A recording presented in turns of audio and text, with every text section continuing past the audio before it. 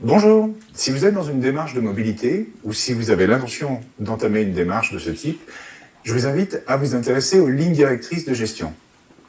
Les lignes directrices de gestion sont un document qui a été mis en place par la loi de transformation de la fonction publique. Elles existent depuis le début de cette année et s'appliquent à un domaine en particulier qui est celui de la mobilité.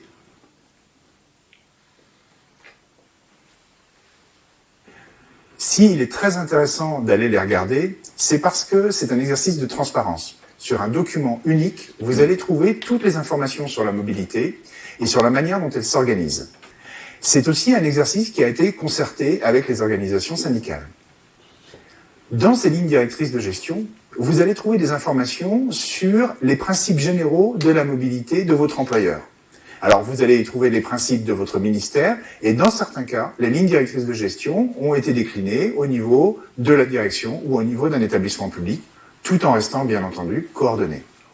Vous allez aussi trouver des informations sur la manière dont la mobilité est organisée. S'il s'agit d'une campagne, à quelle date et selon quelle modalité la campagne est organisée. S'il s'agit d'un tableau de mutation, quel est le barème appliqué.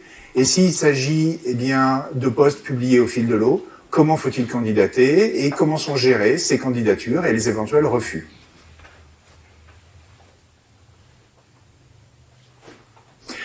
Vous y trouverez aussi beaucoup d'informations sur les différents critères de mobilité, ceux qui sont prévus par la loi et puis ceux qu'éventuellement votre employeur a pu ajouter à titre subsidiaire.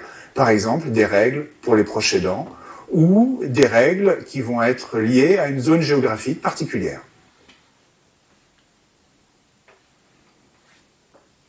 Ces lignes directrices de gestion sont aussi très utiles si vous souhaitez être accompagné. Parce que vous allez y trouver des informations sur les différents acteurs de l'accompagnement.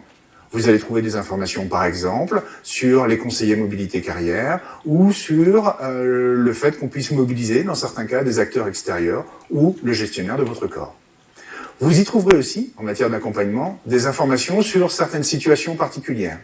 Il arrive, par exemple, que certains employeurs aient prévu des dispositifs pour les agents qui souhaitent rejoindre les DOM ou les TOM.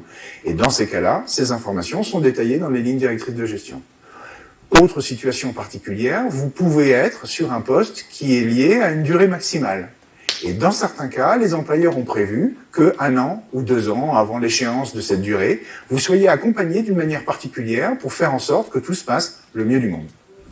Donc, des informations qui sont très utiles, qui sont toutes ramenées dans ce seul document. Et où pouvez-vous trouver ce document? Sur le site intranet de votre employeur. Merci beaucoup pour votre attention.